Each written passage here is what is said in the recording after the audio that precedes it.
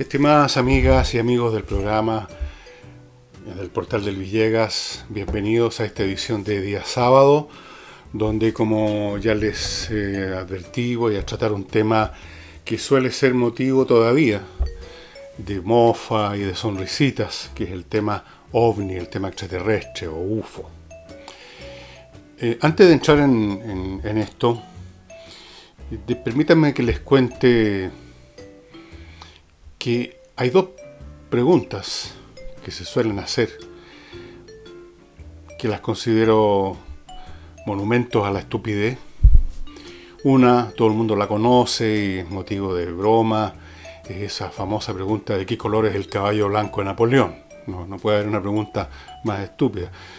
Pero quizás más estúpida que esa pregunta es esta otra que voy a hacerles ahora, que tiene el descaro de aparecer con un aire solemne y se suele pronunciar con seriedad, como si se estuviera tratando un tema metafísico de la mayor envergadura. Y es la pregunta: ¿estaremos solos en el universo? ¿Por qué la considero increíblemente estúpida? Porque no tiene sentido ninguno. Cuando hablamos de universo, estamos por definición abarcando todo lo que existe. Es decir, no solo nuestro sistema solar, ni siquiera solo nuestra galaxia, que ya es inmensamente grande, sino que todas las galaxias, y estamos hablando de miles de millones de galaxias, cada una de las cuales tiene miles de millones de estrellas.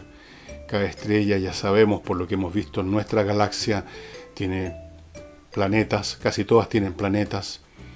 En los últimos años se ha llegado a saber que un número importante de estas estrellas, al menos alguno de esos planetas, está en condiciones de sustentar vida, alguna forma de vida. Entonces, si esa pregunta alguna vez tuvo sentido, hoy en día no tiene ninguno. Ya sabemos lo inmenso, lo infinito que es el universo. Y suponer que en los trillones, cuatrillones de planetas,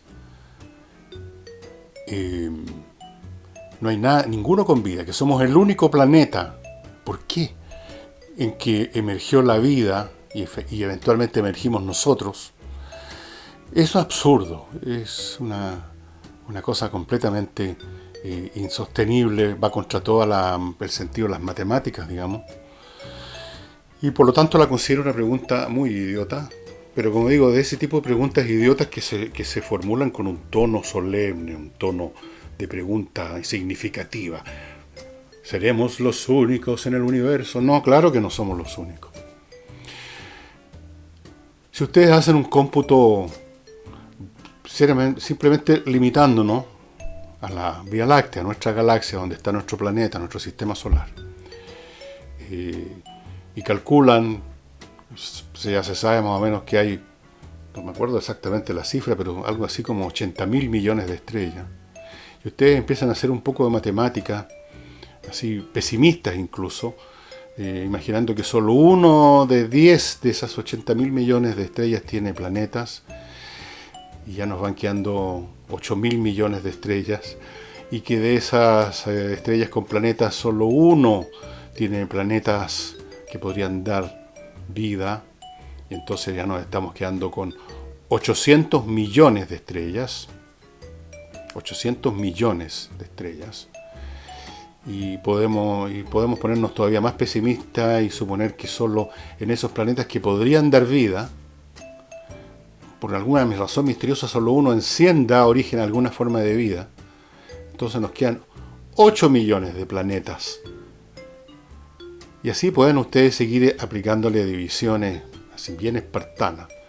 E igual van a llegar a la conclusión de que pueden existir fácilmente miles de formas de vida inteligente en nuestra galaxia, y si siguen haciendo reducciones, pueden llegar a la conclusión mínima de que pueden haber en nuestra galaxia unas 80, 800, 200 o 500 altas civilizaciones. ¿Para qué hablar si tomamos en cuenta las demás galaxias? En cuanto a la posibilidad de contacto, La posibilidad de contacto, por supuesto, depende de cómo asumamos que son las tecnologías de esas civilizaciones. Haciendo uso de nuestras tecnologías, yo he escuchado a muchos, abro comillas, científicos, que les gusta dar cátedra sobre todo, que se afirman en esto de que hay un límite que es la velocidad de la luz, que nada puede sobrepasar la velocidad de la luz, y que por lo tanto, mira usted las distancias, me dicen, la estrella más cercana está a 4 años luz, o sea que viajando a la luz, usted se demoraría 4 años terrestres en llegar allá, y viceversa. Pero todas esas especulaciones se quedan siempre en un terreno muy pequeñito. Y de hecho, si ustedes retroceden en la historia de las ciencias, retroceden 100, 200, 300 años, ustedes van a encontrar una superabundancia de científicos que en un momento dado, de acuerdo a los conocimientos que ellos tenían, que la humanidad tenía en ese momento, niegan absolutamente tal o cual cosa. Unos pocos años antes que los hermanos Wright hicieran volar este avioncito casi de juguete que voló unos pocos metros, pero voló, un científico, un académico, sacó un libro demostrando que no se podía volar, que no era posible volar con una máquina más pesada que el aire. Nunca van a faltar argumentos para demostrar que el conocimiento que yo, fulano de tal, científico, tengo sobre tal cosa, es el límite absoluto conocimiento, hasta ahí nomás llegamos, y cualquier especulación que vaya más allá de eso es una estupidez.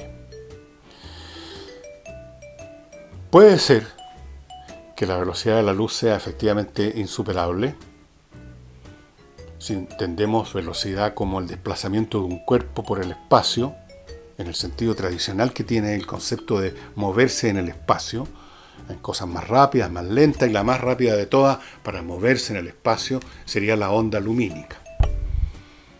Bueno, pero con eso no avanzamos mucho, la verdad, porque ¿por qué espacio? ¿Por cuál espacio se mueve tal o cual cosa? ¿Por qué tenemos que suponer que un vehículo de otra civilización es como un vehículo terrestre, o sea, un artefacto físico que se traslada de un punto del espacio a otro y que su velocidad es el tiempo que toma para recorrer cierta cantidad de espacio? Entonces resulta que el espacio que hay entre una estrella y nuestro planeta es tan grande que se demoraría mucho. ¿Cómo sabemos? ¿Cómo sabemos si una civilización ha podido mandar desde hace cientos de miles de años, no 4 años, sino que cientos de miles de años, lo mismo que hacemos nosotros con estas naves sondas que hemos enviado a Marte, que hemos enviado a la Luna, que no están tripuladas, que son automáticas, que tienen adentro cerebros electrónicos, que se alimentan de luz, que mandan fotografías? Hay varias en este momento en Marte haciendo eso. Algunas de nuestras naves de exploración que ya sobrepasaron, hay varias que cumplida su misión, abandonaron o están por abandonar el sistema solar. Eventualmente pueden algún día, quizás cuando nosotros nos hayamos extinguido, llegar a algún lado donde haya una civilización y van a decir, pero esto es imposible porque la distancia es tan grande. El tema de las distancias, el tema de los tiempos, el tema de las duraciones de la vida, por así decirlo, de los lapsos de vida o los ritmos de vida de una criatura inteligente, no podemos asumirle que es como lo nuestro. Para nosotros, un viaje a otra estrella a una velocidad, pongamos que fuera, seamos generosos, 1/10 de la velocidad de la luz, tomaría, en el caso de la estrella más cercana, 40 años. Entonces nos ponemos a pensar en eso y nos parece medio difícil, medio complicado. Y si solamente es 1/100 de la velocidad de la luz, entonces son 400 años solo para ir a la estrella más cercana. Hay una cierta tendencia a examinar todos estos asuntos con el referente que somos nosotros mismos, nuestros ritmos de vida, nuestras capacidades tecnológicas, etc. Pero además, y más importante que eso, estimado amigo, y a esto quiero llegar, es que especulaciones acerca de lo que es posible o lo que no es posible. la paradoja de Fermi, por ejemplo, que alguno de ustedes me dijo que la examinara, que por qué no hemos visto, si existen otras civilizaciones, cómo que no hemos visto ninguna. Cosas como esa no tienen sentido cuando ya resulta que hemos tenido, y a eso voy a ir ahora, experiencias de que existen artefactos no humanos que se han movido, que se mueven en la Tierra. Entonces, ponerse a especular acerca de a qué hora va a llegar el cartero cuando ya tocó el timbre y dejó la carta no tiene mucho sentido, ¿verdad? Esa es una discusión que, por así decirlo, quedó obsoleta. Y vamos ahora entonces al tema central de esta cuestión, que creo yo que es ahora cuán verosímiles son las pruebas que puedan existir, si es que lo son, de que ese contacto o que esa llegada ya se ha producido y que por lo tanto todas las discusiones previas acerca de lo grande que es el universo, que la velocidad de la luz, que esto y que lo otro, son ya absurdas porque ya el hecho aconteció, ya se derramó la leche. Partamos primero con un poco de historia acerca de cuándo empezó este cuento en los tiempos modernos. Cuando empezó a hablarse de platillos voladores, que era la expresión que se usaba originalmente, cuando yo era niño, después se empezó a hablar de los ovnis, en los países de habla hispana por lo menos, objetos voladores no identificados, que viene de UFO, Unidentified Flying Object en inglés. Ahora están usando otra expresión, objetos aéreos no identificados, etc. Todo esto partió, estimados amigos, en tiempos modernos, porque avistamientos, pero interpretados de otras formas, han existido desde tiempos muy remotos, y hay pruebas de ella histórica, arqueológica. Empezó en junio de 24 del año 47, cuando un señor llamado Kenneth Arnold, que había sido oficial de la Fuerza Aérea, estaba volando en su avión civil, una avioneta, y observó 9 objetos de resplandor azul moviéndose en formación en V a una enorme velocidad. Esto es lo que él vio con sus ojos, un piloto experimentado, en perfecto estado de salud. Cuando esto lo refirió a las autoridades, el asunto llegó a la prensa, y como él dijo, miren, la forma de estos objetos era como cuando uno tira un platillo hacia la superficie del agua y va rebotando. Y entonces algún periodista dijo, platillos voladores. Ahí viene, ese es el origen de la expresión platillos voladores. Ese fue el primer evento, podríamos decir, en que estos fenómenos cobraron un nombre, platillos voladores. Ese mismo año, en Roswell, un pueblo chiquito, de una región bastante semidesértica en Estados Unidos, donde hay rancheros que se dedican un poco a la ganadería, cosas como esa. Algunos rancheros dijeron haber visto algo que se estrellaba y dijeron haber recogido, dijo este ranchero, una persona con nombre y apellido, que recogió una serie de restos metálicos de un material como alusa, como el que tenemos ahora, este material flexible. Estamos hablando del año 47, no se había inventado. El asunto llegó a las radios, a la prensa de ese pueblito, Roswell, salió la publicación. Ustedes pueden ver en YouTube el facsímil de la tapa del diario donde se dice que llegaron, qué sé yo. Un oficial de la Fuerza Aérea habló de que se había producido este evento. Pero ya en 2 días rápidamente las autoridades superiores tomaron cartas en el asunto y comenzó la operación encubrimiento. El propietario de la radio que había difundido el asunto se le insinuó, se le dijo, estas cosas se han sabido después, han sido documentadas, el personaje, sus hijos, los familiares, los que trabajaban en esa estación de radio han contado lo que pasó, llegaron unas personas muy serias, no sé si eran civiles o militares, y le dijeron que mejor no siguiera contando esa historia o iba a perder la licencia para transmitir con su radio. En el diario lo mismo, se dijo que había sido un experimento de la Fuerza Aérea, del proyecto Mogul, que lo que había caído era un globo que tenían para espiar supuestos experimentos atómicos rusos, y que eso era lo secreto, pero que no había ninguna nave espacial, etc. Y se cubrió todo el asunto con eso.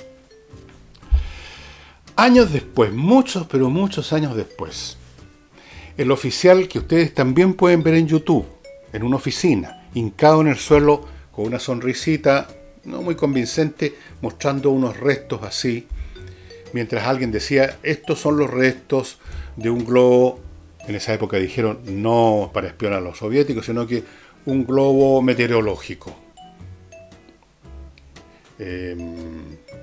Apareció este oficial diciendo esto, se dijo que no había nada, rápidamente el asunto se cubrió, había sido simplemente un globo meteorológico, las personas que habían tenido alguna experiencia directa se les insinuó que cerraran la boquita. Algunos han contado años después historias de horror respecto a cómo los presionaron. El señor oficial que contó, que ustedes van a ver en una fotografía arrodillado en el suelo mostrando unos restos, se llama Jeffrey Marcel. Bueno, ese señor Marcel, muchos años después, no sé si en los 80 o 90, cuando ya estaba por morir, estaba muy viejo, y ya no le importaba ni una cosa, contó la firme, dijo, no, nunca fue eso un globo meteorológico. La verdad es que nosotros no vimos caer ninguna cosa, pero recogimos una serie de elementos absolutamente ajenos a la tecnología humana. Un metal, por ejemplo, que no se podía romper, que no se podía perforar, no había manera y sin embargo era tan flexible como un pedazo de alusafoil. Cosas como esa. Eso dijo Jeffrey Marcel, un poco antes de morir. Entre paréntesis, no es el único personaje que en algún momento fue testigo de algo y lo presionaron y luego de viejo contó la firme. Pero voy a seguir hablando de estos eventos, entre los miles que hay. En 1957, en Texas, en un pueblo pequeño, docenas de ciudadanos observaron no solamente unas luces que se navegaban en formación por el cielo, sino que a todos al mismo tiempo el auto les dejó de funcionar.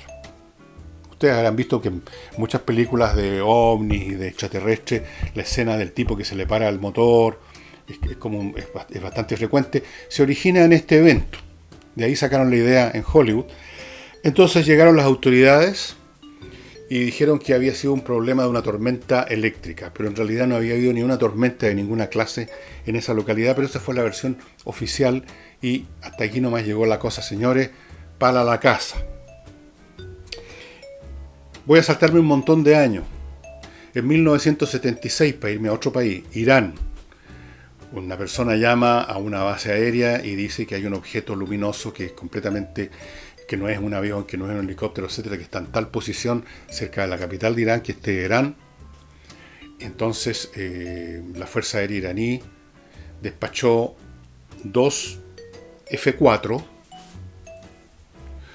uno de cuyos pilotos, muchos años después en un evento que se celebró en Estados Unidos sobre este tema, contó personalmente, ustedes lo pueden encontrar también en YouTube, cómo él logró captarlo en el radar de su avión, ese objeto, lo fijó en su radar, se comenzó a acercar a la mayor velocidad que pudo, y de repente lo que pasó lo que los autos, se quedó sin instrumentación y tuvo que alejarse con vuelo manual, sin radar, sin ninguno de los sistemas electrónicos, la aviónica que se llama del aparato, tuvo que volver y antes de eso alcanzó a ver cómo este objeto al cual se trató de acercar desaparecía a una velocidad absolutamente indescriptible. Él cuenta la historia con mucho detalle, ustedes lo pueden ver, busquen en Google, avistamiento en Irán, 1976, Fuerza Aérea Iraní, ahí va a aparecer, van a encontrar en alguna parte de las ofertas de video el de este señor hablando en una conferencia en Estados Unidos. Después hay otro evento que es realmente impresionante, el bosque de, no me entiendo a veces mi propia letra, Rendlesham o Pendlesham, que se produjo en 1980 en Inglaterra. Este es un bosque que está muy cerca, digamos a unos 200, 300, 400 metros, o un poco más quizá, de una base aérea británica, 1980. La misma cosa, se ven unas luces muy raras, entonces parte para allá a investigar al bosque a pie o en un jeep para acercarse con varios militares más. Y llegan a este bosquecillo, no muy grande, hay una luz, se van acercando a la luz, y se enfrentan a un objeto que él pudo dibujar, que él pudo tocar, que estaba levitando a 1 metro de altura, con una serie de movimientos y luces. Él cuenta la historia completa en YouTube, muestra el dibujo que hizo. Hay grabaciones de sus conversaciones de radio con gente de la base. No estaba solo, habían otros oficiales o soldados con él. Todos vieron lo mismo. Después el aparato se elevó y desapareció.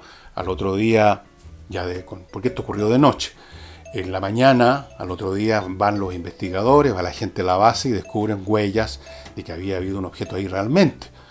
El suelo con huellas de algo que había, quemado el pasto o algo así, ramas de árboles que habían sido desgajadas como si hubiera pasado un objeto hacia arriba, etc. Se considera una de las experiencias más irredarguibles que existen, porque por la naturaleza de los testigos, por la naturaleza del dibujo, lo que cuenta esta persona, no estaba solo, etc. En 1990 en Bélgica, miles de personas vieron objetos de forma triangular. En cada uno de los 3 esquinas del triángulo había una luz. La Fuerza Aérea belga envió unos F-16 a investigar de qué se trataba. Los F-16 no pudieron jamás alcanzar, cuando se acercaban, como si estuvieran jugando al gato y al ratón, estos objetos se movían con una velocidad impresionante, casi instantáneamente a otro punto. Los pudieron sí fijar en el radar, también los fijó en el radar de tierra, pero no pudieron nunca acercarse. Estos triángulos fueron vistos por miles de personas en distintos puntos, y las ubicaciones que dieron de cerca de donde lo habían visto coincidía, haciendo el paralaje con los que habían visto otras personas. Por ejemplo, los que estaban aquí lo habían visto acá, es una línea para allá. Los que estaban acá lo habían visto acá, es una línea para allá. O sea, todos habían estado viendo lo mismo. Eso fue, como les digo, en 1980. Me estoy saltando cientos de otras experiencias. Una más nueva, en el aeropuerto de O'Hare, el año 2006. Empleados del aeropuerto que estaban, repostando jet, pilotos de aviones, público que estaba en las salas de espera, en los ventanales mirando, pudieron ver lo mismo, un objeto metálico flotando en la cabecera de una de las pistas, ahí, tranquilamente, y que de repente se va de un viaje con una velocidad fantástica por la vertical. Llegaron las autoridades y decretaron lo que suelen hacer siempre en estos casos, que era un fenómeno atmosférico, que era una inversión térmica, que era una tormenta eléctrica, que era una bandada de pájaros, cosas completamente ridículas. Y otra experiencia que la hemos sabido recién, pero que fue del año 2004, y ustedes la pueden haber visto en televisión, por lo menos apareció un reportaje, apareció en varias partes. Yo lo vi primero que nada en un reportaje de Tucker Carlson en Fox, que entrevistó a uno de los pilotos de los aviones F-18, creo que eran, del portaaviones Nimitz, que estaba haciendo con sus barcos de apoyo maniobras frente a San Diego, o sea, en la costa oeste, en el Pacífico. Y durante días habían estado, por medios electrónicos, con radar, detectando que habían objetos frente a esta fuerza de tarea o a varios kilómetros. Finalmente enviaron a 2 F-18 a ver de qué se trataba finalmente esta cuestión, y ahí es donde ustedes pueden ver las imágenes, que las van a encontrar fácilmente porque se viralizaron y fueron hechas públicas. Las hizo públicas el New York Times, las imágenes de estos objetos y las exclamaciones y las conversaciones que tenían los pilotos mientras trataban de fijar estos objetos en su radar. Algunos de estos objetos entraron al mar, otros salían, hacían lo que se les daba la real gana. Y Tucker Carlson entrevista en este programa de televisión a uno de los pilotos que cuenta que era un asunto, un piloto sabe exactamente cuándo está frente a un avión, a un helicóptero, a una banda de pájaros. No era ninguna de todas esas cosas. Podría seguir contándoles, estimados amigos, 1000 historias más, pero antes de pasar a otras cosas que tienen que ver con qué es lo que hay detrás de esto, permítanme recordarles ya una cosa bien terrestre, la historia de Chile del siglo XIX, gran parte del siglo XIX, que escribió Ulises Caravantes, este libro de él, muy entretenido. Hay mucho detalle de algunas guerras civiles que hubo en el siglo XIX, que fue una era muy tormentosa políticamente en Chile. Chile no ha sido ese taza de leche política que algunos han creído a veces que era. Hay documentos bastante originales porque son de la familia de Caravante, que se conectaron, algunos de ellos bien para atrás, con protagonistas de hechos históricos. Tienen documentos que intercambiaron con el historiador Benjamín Vicuña Maquena. Es un libro bien interesante, y yo creo que bien interesante especialmente para historiadores profesionales. Aquí hay cosas, yo creo, nuevas. ¿Cómo se consigue este libro? Muy simple, contáctense con el autor, ucaravantes@gmail.com. A mi izquierda debe estar saliendo la dirección email de él. Comuníquense con él, comuníquenle que quieren obtener su libro y él les va a decir cómo obtenerlo. ¿Ok? Les cuento además, y les voy a mostrar un envase nuevo ahora. Este es un envase muy de ciencia ficción. Viene como a cuento para el programa de hoy, ¿no? Con estos tubos con aire que sirven, pero no voy a hacer la prueba, para amortiguar cualquier caída. Estos son los vinos que elige el Club Explora. Miren que está bonita esta botella. Graduación 92, de 1 a 100, 92. Imagínense la calidad de este vino. Usted entra al Club Explora, se hace miembro por una UF mensual y todos los meses le van a llegar dos, no una sola. Dos botellas, ya sean dos de tinto, dos de blanco, una de tinto, una de blanco, de marcas distintas. La cosa común es que son todos vinos especialmente seleccionados por quienes organizaron el Club Explora, que son enólogas de mucho nivel, enólogas chilenas. Así que no por casualidad este vino tiene la calificación 92 que la dan internacionalmente. Esto no es una cosa que haya inventado, digamos, la agencia de publicidad. Este es un Red Blend, un Carignan Syrah 2017. Esto está, yo creo que este no va a sobrevivir este fin de semana. Me temo que no. Usted además puede regalar esto. Usted puede regalar una suscripción, una gift card de un mes, de 2 meses, lo que quiera, a la persona que le quiera hacer el regalo. Pero qué mejor regalo para uno, ¿no? Tener la oportunidad todos los meses de probar 2 vinos realmente excepcionales por una UF. ¿Qué tanto será? Total. Estamos en una época así como de Doomsday, con tantas cosas tremendas que le han pasado a nuestro país y al planeta, que ya como que hay que darse gusto, ¿no es cierto? Club Explora, estimados amigos, ellos, los del Club Explora, saben hacer llegar los vinos a su domicilio. No tenga problema con eso, van a llegarle.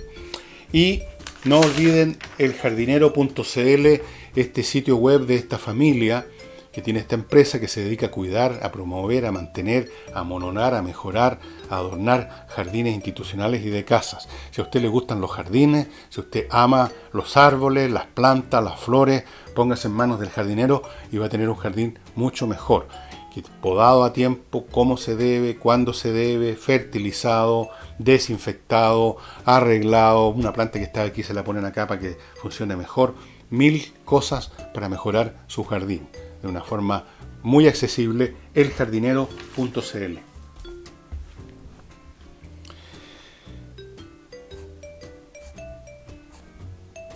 Han habido y siguen habiendo programas, mientras por un lado encubren, dicen que todo esto es falso, que la gente que ve estas cosas son unos idiotas, gente que quiere creer en algo, porque esa es la campaña de encubrimiento.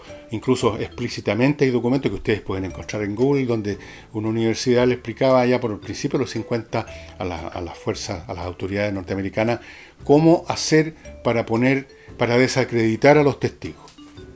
Y eso ha funcionado hasta el día de hoy, y ustedes todavía pueden ver que cuando los personajes, los señores o señoritas anclas de las noticias en la televisión de cualquier parte del mundo dan una noticia de este tipo, lo hacen ya con una sonrisita irónica, como que ellos saben mejor que usted.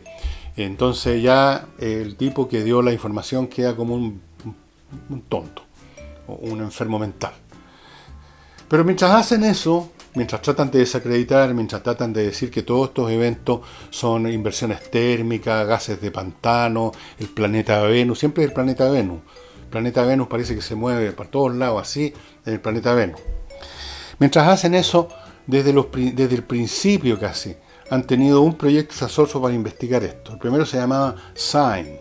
Después hubo uno bastante famoso, el llamado Blue Book, que incluso hay una serie de televisión, y ya lleva como 2 temporadas, en que nos cuentan la historia de ese proyecto, que estuvo a cargo de un científico bastante importante, que Hynek, o algo así se llamaba, Hynek, que partió muy escéptico, que eso era como la postura estándar, el escepticismo, y terminó convencido de que el asunto era absolutamente real, pero en ese momento cerraron el programa. Ahora hay un programa que supuestamente terminó el 2012, que se llama Advanced Aerospace Threat Identification, identificación avanzada de amenazas aéreas. Cambian los nombres, pero las investigaciones continúan.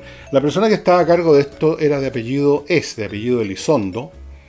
Abandonó el proyecto en un momento dado cuando se dio cuenta que estaba siendo usado menos para entender la verdad que para tratar de distorsionarla. Y ha aparecido en varios programas de televisión contando antecedentes de que incluso la Fuerza Aérea Norteamericana o alguna organización norteamericana dispone de restos materiales derivados de naves que se han estrellado, etc. Las investigaciones continúan. Supuestamente este programa acabó en el año 2012, pero no me cabe ninguna duda que así como otros programas que supuestamente se terminaron, sigue con otro nombre o con el mismo. De hecho, si ustedes examinan reportajes que se han hecho en Estados Unidos acerca de los llamados fondos negros del gobierno norteamericano, fondos que no tienen explicación, que no están en el presupuesto oficial, que no aparecen asignados a un gasto determinado y que suman billones estoy diciendo, no millones, billones de dólares, se asume, de eso no hay una prueba porque por definición estas cosas son secretas, muchos de ellos van a investigar este tipo de cosas. Al parecer, según la periodista Leslie Kean, que trabajaba en el New York Times, y no sé si sigue trabajando ahí, o sea, no estamos hablando de cualquier gacetillero, Leslie Kean, ella se dedicó a estudiar este asunto. De hecho, escribió un libro que yo les recomiendo que se llama UFO, Generals, Pilots y Authorities on the Record. Ella es un libro en que se basa en entrevistar a todas estas personas, a oficiales de la Fuerza Aérea, a pilotos comerciales, a pilotos de combate, a autoridades de distinto grado de Estados Unidos y de otras partes que hayan tenido alguna vinculación con el tema.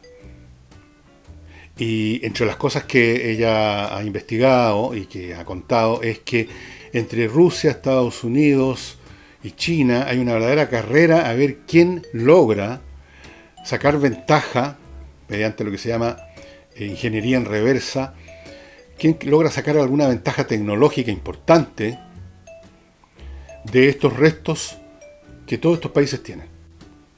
Eso dice Leslie Kean.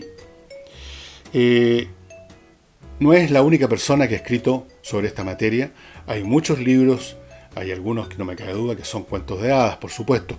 En este tema, como en todo tema, siempre hay gente que se sube para hacer un negocio.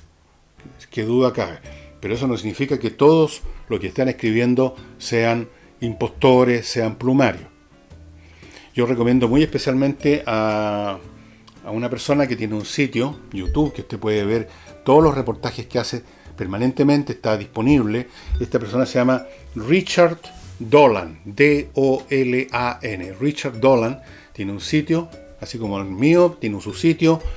Ahora lo está haciendo los reportajes y los videos los está haciendo con su señora. Se casó el año 18 con una persona bien interesante, una persona muy buena moza, una señora muy buena moza, y además que trabajó en un campo muy especial, el de la visión remota.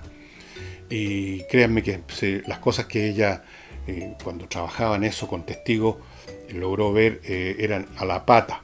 Bueno, pero da lo mismo. Robert Dolan escribió también un libro que se llama A Day After Disclosure, haciendo un poco juego con la palabra AD, que es en historia, en inglés, digamos, las siglas con cuales se señala años después de Cristo. Aquí es after disclosure. Entonces Dolan especula, analiza qué va a pasar el día en que haya un disclosure, en que ya las autoridades mundiales no puedan seguir ocultando esta cuestión y sea oficial que existe entidades no humanas que revolotean por todos lados. ¿Cómo va a cambiar la civilización? ¿Cómo van a cambiar nuestras costumbres? ¿Qué va a pasar con los poderes que son? ¿Qué va a pasar con las religiones? ¿Cómo va a cambiar nuestra vida según la clase de relación que este disclosure produzca? Porque a lo mejor no produce ninguna relación especial. Permítanme poner el ejemplo del personaje, el entomólogo, que es un experto en insectos que estudia, que ha estado años con una lupa, con microscopios, con instrumental, estudiando la vida de las hormigas que tienen una redoma de cristal.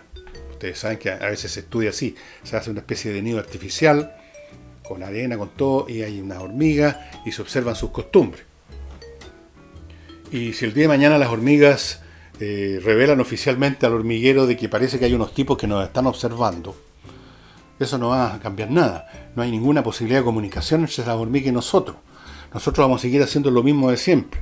Las hormigas, a lo mejor va a haber un revoluti en el hormiguero cuando se sepa que las han estado observando con una lupa durante años. Pero nosotros no vamos a cambiar nuestra actitud con las hormigas, ni siquiera nos vamos a enterar de su disclosure, ¿no es cierto? Estoy poniendo un ejemplo extremo. Ahora, la pregunta que se hacen muchos cuando parten aceptando que efectivamente que hay un fenómeno extraterrestre, que las evidencias, que son miles, porque yo les he leído aquí de algunas, no hay día, en Estados Unidos hay varios miles al año, y esto ocurre sobre todo hoy en día porque todo el mundo anda con una cámara en el bolsillo en su teléfono celular, ¿verdad? Entonces hay mucho material que antes no existía. Antes de, qué sé yo, ni siquiera muchos años atrás, ¿quién andaba con una cámara fotográfica o una filmadora a mano? Ni siquiera los aficionados a la fotografía andaban todo el día con una cámara en la mano. Hoy en día sí. Todo el mundo tiene, por default, una cámara, incluso una filmadora, podríamos decir, en la mano. Entonces la cantidad de observaciones que hay, además hay más gente en este mundo, la cantidad de gente que está en condiciones de ver, la cantidad de gente que tiene, no son muchos en comparación con la población mundial, pero son varios miles en todo el mundo, astrónomos aficionados que tienen equipos bastante potentes, que han también tomado películas o grabaciones de eventos realmente extraordinarios en la Luna, que estaban observando en un momento dado.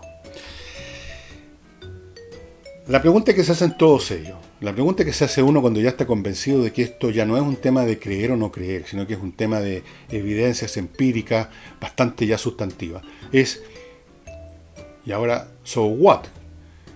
¿Cuál es el propósito? ¿Qué pretenden de nosotros? ¿Pretenden alguna cosa? ¿Tienen alguna agenda con respecto a los seres humanos? ¿Se van a contactar o no? ¿Nos quieren robar el planeta o no? ¿Nos están simplemente observando como este tipo que observa las hormigas? ¿Cuál es la onda? Y eso es imposible de responder. A veces uno, en forma inconsciente, asume que una criatura inteligente de cualquier parte del universo es como uno en el sentido de que tiene propósitos, tiene motivos, tiene sentimientos, tiene una agenda. Pero eso es completamente arbitrario. Es posible imaginar una inteligencia que no tenga ni sentimientos. Por ejemplo, una computadora que lleva a cabo actos inteligentes, no tiene ni siquiera conciencia. Y el día de mañana, si un artefacto inteligente, una inteligencia artificial llega a tener conciencia, como creo que va a ocurrir inevitablemente tarde o temprano por la complejidad misma de sus procesos, ¿qué clase de inteligencia va a ser eso? ¿Qué clase de conciencia va a ser eso? No teniendo un organismo, no habiendo pulsiones químicas, hormonales, ¿dónde están sus propósitos? ¿De dónde nacerían sus propósitos? ¿Por qué tendría que tener una meta a perseguir con su inteligencia, con su voluntad? Es imposible, no debemos asimilar una criatura extraterrestre inteligente, ni siquiera acercarla a nosotros. No podemos pensar en términos de propósitos o de agenda. En realidad no sabemos cómo pensar. No sabríamos cómo comunicarnos. Podríamos quizás comunicarnos por medio de las matemáticas, que es el lenguaje universal, supongo yo. Todos suponemos eso. Pero ¿comunicar qué? ¿Cómo les preguntamos qué quieren de nosotros? ¿Dónde está el bife? ¿Por qué vinieron? ¿Qué quieren saber? ¿Qué quieren? ¿Qué es lo que es querer para ellos? En primer lugar. Usted, a lo mejor sí tienen ciertas similitudes, pero podría que no. Podría ser un tipo de vida consciente, inteligente, que no tiene ni más mínimo contacto desde ese punto de vista con nosotros, tal como nosotros, seres inteligentes y conscientes, realmente no tenemos ningún contacto con la inteligencia y la conciencia de las ballenas. Sabemos que tienen inteligencia, tienen un cerebro pensante, llevan a cabo conductas complejas, se comunican. Pero ¿qué sabemos de los propósitos de las agendas de las ballenas? Nada.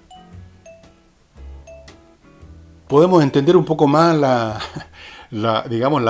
mente de un perro, de un gato, quizás hasta de un caballo, quizás de un mono, de un primate.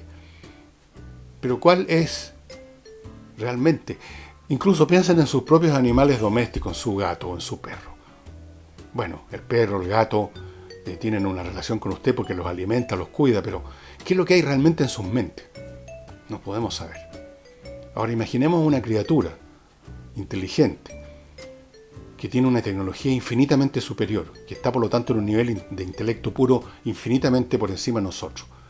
¿Cómo podemos llegar siquiera a imaginar cuáles sean sus propósitos, si incluso la palabra propósito tiene sentido?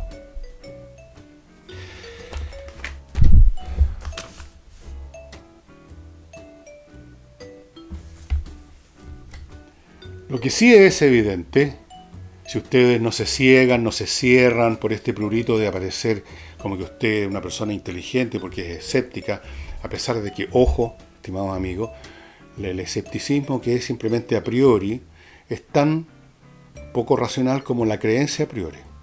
Creer o no creer, así porque sí, son iguales en su falta de raciocinio. Yo insisto, este no es un tema de creer o no creer. Si se trata del tema de Dios, sí, porque no hay ningún mecanismo, prueba empírica que permita probar la existencia o probar la inexistencia. Entonces ahí no nos queda otra cosa que el salto de la fe. Pero aquí se trata de artefactos, supuestamente. Por lo tanto, entran en el territorio de lo empíricamente observable y que ha sido observado, grabado, fotografiado. Entonces no es cuestión de decir creo o no creo, sino que es cuestión de decir las evidencias me parecen suficientes o las evidencias no me convencen todavía. Eso es razonable. A mí las evidencias me parecen tan evidentes ya a esta altura, son tan numerosas, vienen de personas tan creíbles. No cualquier, sopenco que dijo que había visto, volar una nave espacial con un tipo con antena. Estamos hablando de autoridades civiles, un ministro de Canadá, pilotos comerciales, pilotos de guerra, astrónomos, hombres de ciencia, algunos, los que se atreven a ir contra la opinión de sus colegas, y es muy difícil para los científicos hacer eso, pierden toda credibilidad en el mundillo donde se mueven. Pero para mí existe evidencia suficiente.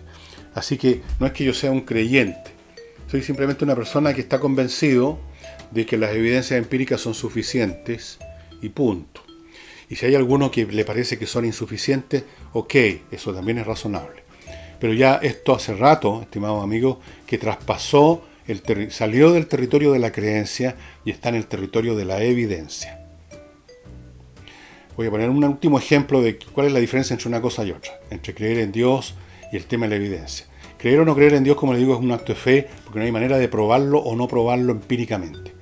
Pero si yo digo una cosa incluso absurda, como que alrededor del planeta Neptuno hay una torta de novios que está en órbita, ustedes pueden pensar, y con toda razón, que es una estupidez descomunal. Pero es algo que se puede probar físicamente. Eventualmente uno podría viajar a Neptuno y ver si hay una torta de novio en órbita. Es entonces un tema, por absurdo que parezca a primera vista, de evidencia empírica. Y eso lo pone en otro plano, lo pone en un plano distinto al de la creencia. Bueno, estimados amigos, para los interesados en este tema, Yo antes recomendaba un sitio que parece que se murió porque algo pasó con la persona que lo manejaba, parece que tuvo un colapso nervioso o alguna cosa, no sé. Pero hay este sitio de Richard Dolan, es muy bueno. Él es un tipo muy sensato, un historiador, casado con esta señora, muy agradable los dos.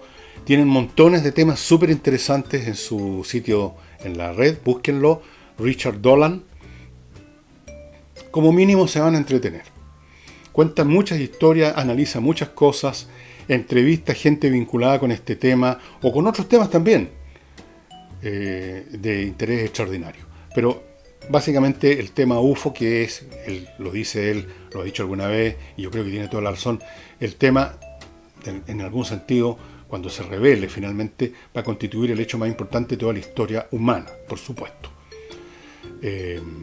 Pero falta para eso que se revele desde el punto de vista de lo que la gente entiende por revelación, en otras palabras, cuando es verdad oficial. Hoy en día, la gente ha sido convencida que aquello que no viene de fuentes oficiales es automáticamente falso, lo llaman los fake news. Obviamente que hay en este tema, como en todos, noticias falsas, producidas, hechas confeccionadas para producir un efecto o inventadas por algún ocioso.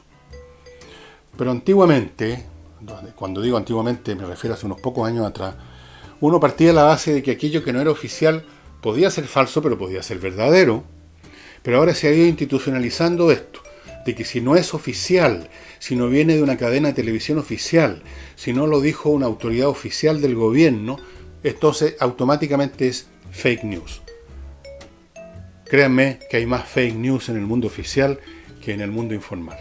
Y eso sería todo, estimados amigos. Vayan al sitio de Richard Dolan, se van a entretener mucho. Hay otros sitios interesantes. En el History Channel tienen una sección que se llama